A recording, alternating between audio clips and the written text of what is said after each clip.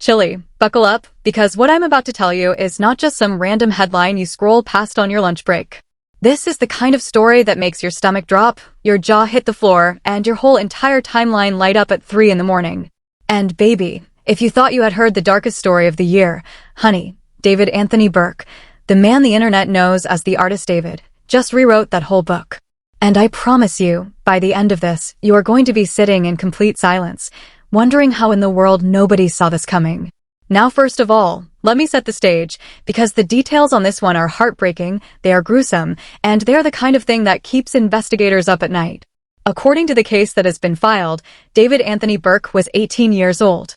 And little Celeste, that beautiful 13-year-old child, she was only in the 7th grade, was reportedly the person he was in a so-called romantic relationship with. And I know your eyes just got wide, because mine did too when I first read it. 13. That word alone should stop this whole story right there. But sadly, honey, we are only getting started. David Anthony Burke, who built himself a whole online image as a rising music artist and a TikTok personality, he goes by David, with the letter A swapped out for the number 4, has now been slapped with some of the most serious criminal charges a person can face in the state of California. And listen, before I go any further, I do want to say this loud and clear for the people in the back: David is presumed innocent unless a court proves otherwise. That is the law, and I will respect it every step of the story. But baby, the allegations laid out against him? Chile, they're something else entirely. So let me walk you through this timeline, because it is important that you understand exactly how this whole thing supposedly unfolded. According to publicly available case information, investigators say David and Celeste first crossed paths years earlier, not at a school, not at a church, not at a family event. No, honey. They allegedly met on the online platform Discord. And here is the gag: Celeste was only 11 years old at the time. 11. Let that number sit with you for a second. Because a lot of grown folks are asking one very obvious question: what in the world was an 18-year-old, on-the-rise music artist doing chatting up an 11-year-old girl on the internet in the first place? And that question is exactly the kind of thing prosecutors are expected to dig into as this case moves forward. Now stay with me, because it gets deeper.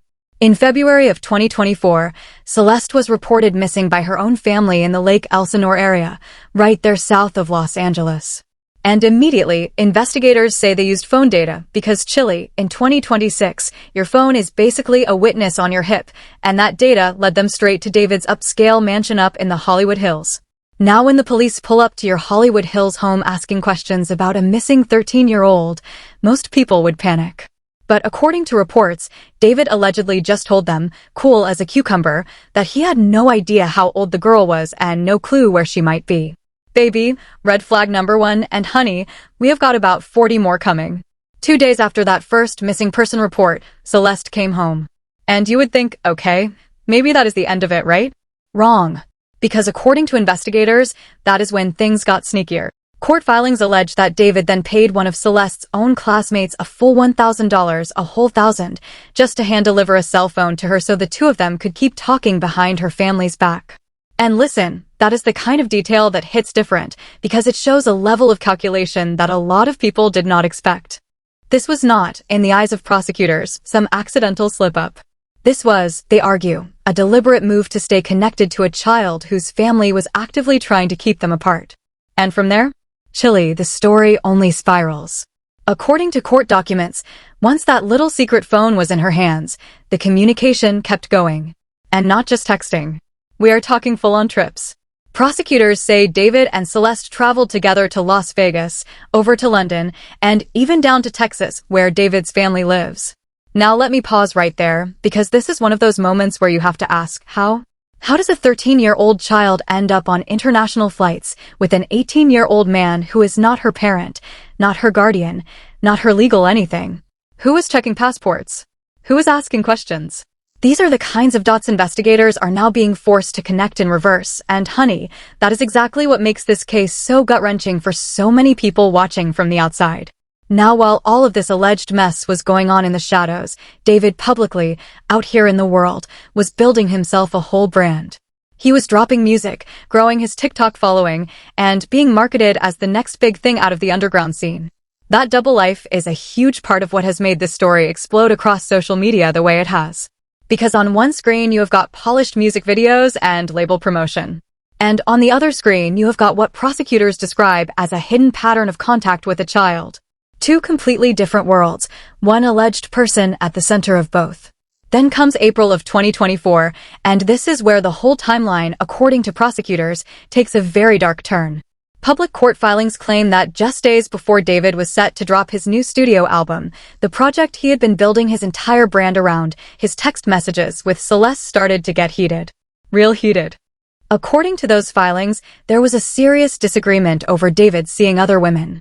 And honey, we all know how that story usually ends.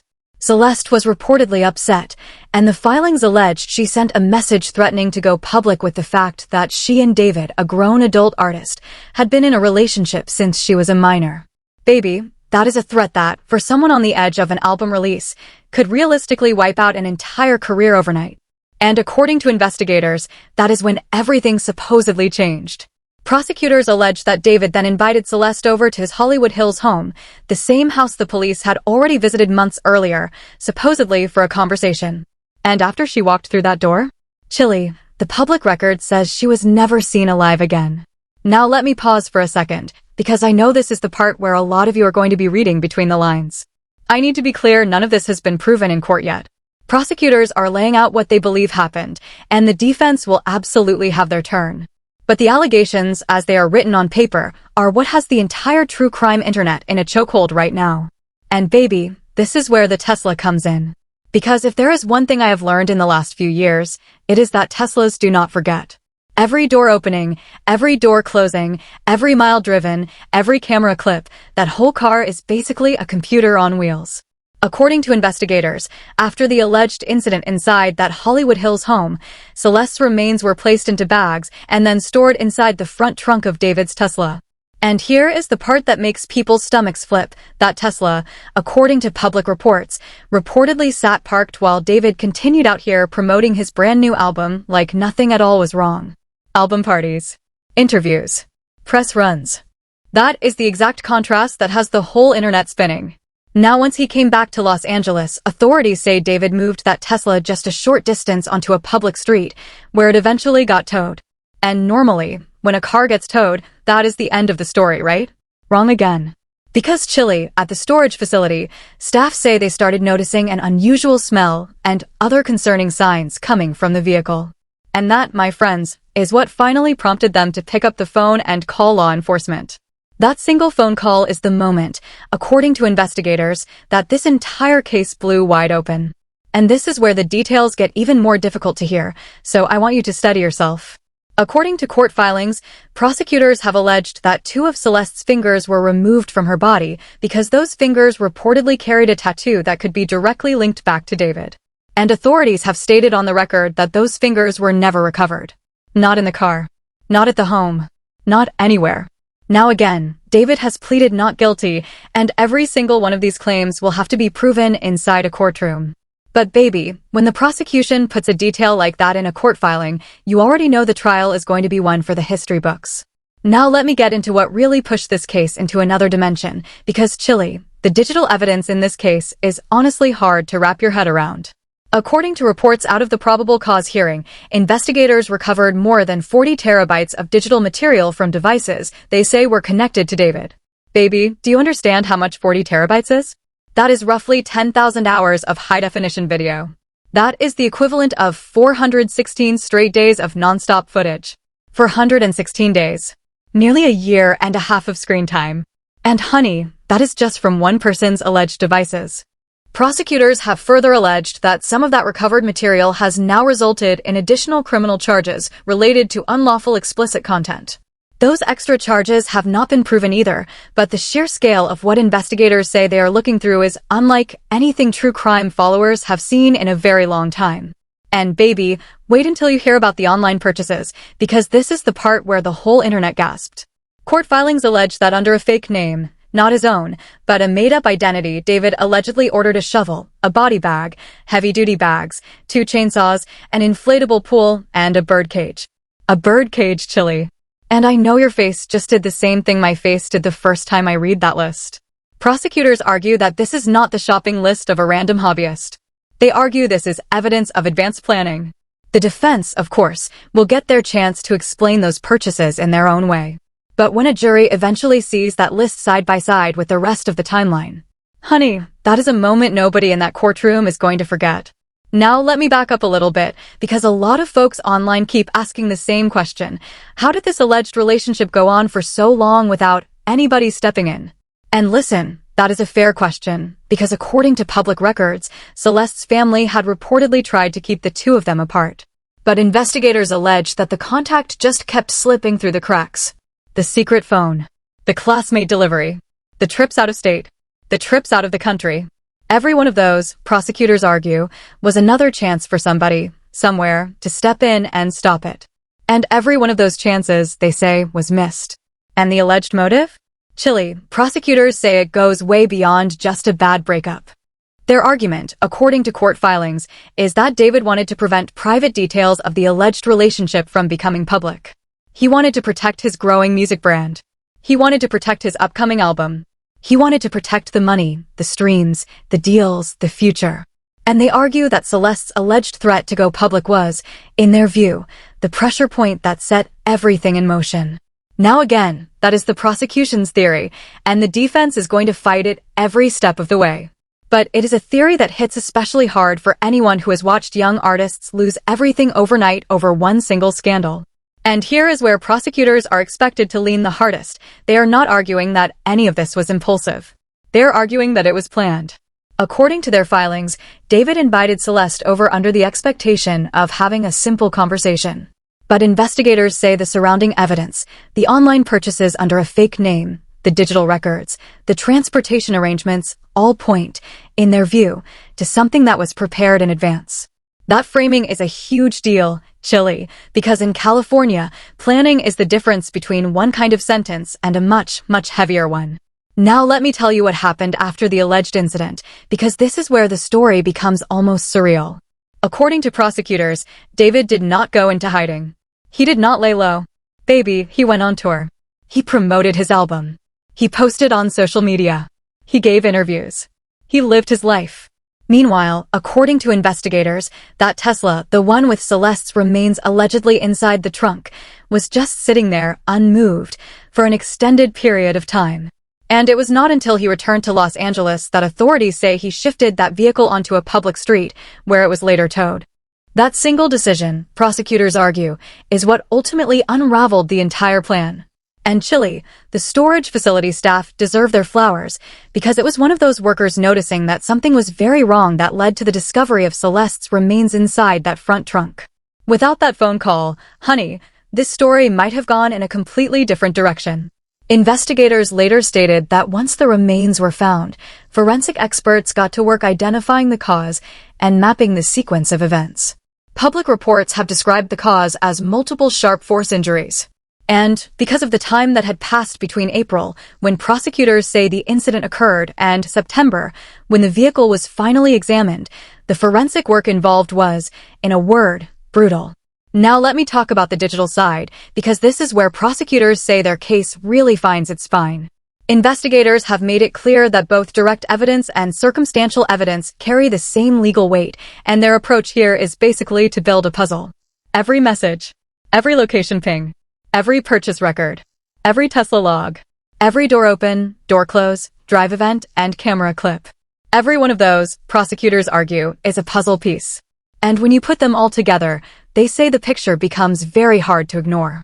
Now the defense, of course, is going to challenge every single piece of that puzzle, and that is exactly how the legal system is supposed to work. But baby, the volume of digital evidence in this case alone is going to make it one of the most closely watched trials of the entire decade. And listen, one of the things that has this case burning so hot online is the timing of David's album release. Because Chile, while all of this was allegedly playing out behind closed doors, he was out here promoting new music, new videos, new singles, new press. Prosecutors are expected to point at that timing as part of their theory that David was doing everything he could to protect the momentum of his career at all costs. And another huge conversation right now is whether his song lyrics could be brought into the courtroom as evidence. Legal experts say courts have gone both ways on this in past cases. Sometimes lyrics get in. Sometimes they get thrown out.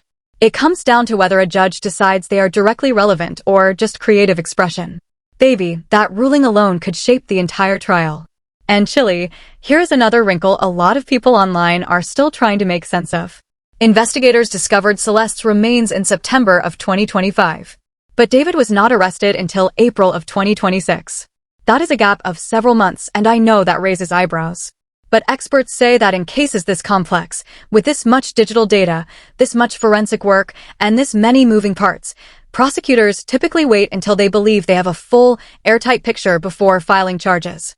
The investigation was reportedly handled by the Los Angeles Police Department's Robbery Homicide Division, which is basically the varsity squad for high-profile cases like this one. So while that timeline felt slow to the outside world, honey, behind the scenes, investigators were reportedly working around the clock the entire time. Now, one of the questions that keeps coming up online is whether anybody else could end up connected to this case. Based on what has been publicly released so far, prosecutors have not alleged that another person was involved in the central events. But legal analysts have pointed out that investigators may still be looking into whether anyone else knew relevant information or got involved after the fact. At this stage, nothing further has been confirmed. And baby, that little detail alone is going to keep this story trending for months. There is also a whole side conversation swirling around some property transfers. According to public discussion, David reportedly signed over ownership of several properties to his mother after his name became publicly connected to the investigation. Now the legal weight of that move has not been decided, and it could become relevant in future civil proceedings. But you already know the internet is having a field day speculating about what those transfers really mean. Was it just family planning? Was it something more? Chile, only time and the courts will tell. Now let me get to what a lot of you have been waiting to hear, what David is actually facing if any of this is proven in court. He has been charged with multiple serious offenses, including homicide, offenses tied to an unlawful relationship, and improper handling of human remains. Prosecutors have also alleged special circumstances, and baby, in California, special circumstances are a game changer. If David is convicted on the most serious charges under those circumstances, he could be looking at life in prison without the possibility of parole. And yes, California still has capital punishment on paper, although the state has kept a moratorium on executions in place for years, so that outcome is uncertain in practice. Either way, honey, we are talking about the kind of sentence that ends a life as anyone knew it. But before we get anywhere near sentencing, we have to get through the preliminary hearing, which is currently scheduled for July 21st. And Chile, that hearing is going to be the first real preview of how prosecutors plan to present this whole entire story to a jury. Every timeline they have, every text message they have, every Tesla data log they have, every purchase record they have, every piece of forensic evidence they have. That preliminary hearing is going to give the public the clearest look yet at what the trial itself will actually look like. And based on everything already made public, most legal observers fully expect this case to move forward to a full trial. And listen, before we wrap this whole thing up, I do want to say one more thing, because it matters. Cases like this always spark the same painful conversation. How did the warning signs get missed?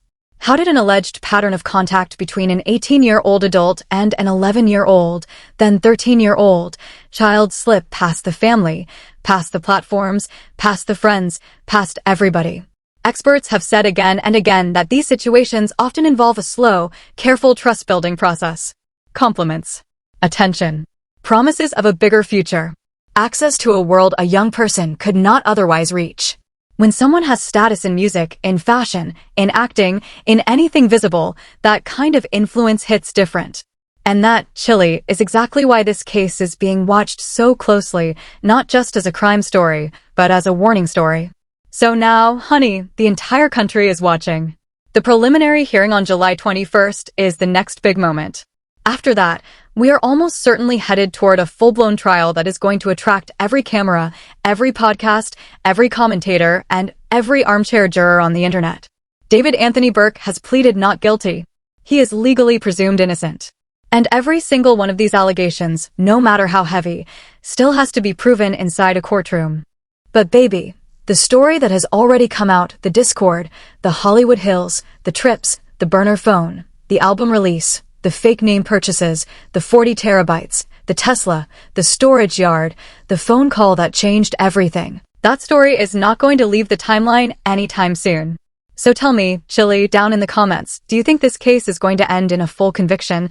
Or do you think the defense is going to find a way to pick apart that 40 terabytes of digital evidence? And what do you think the judge is going to rule when it comes to David's song lyrics being used in court? Because honey, I could talk about this one for hours, and I already know y'all are going to have opinions. Drop them below, and then go ahead and check out this next video, because trust me, there is even more to this story that we have not touched yet.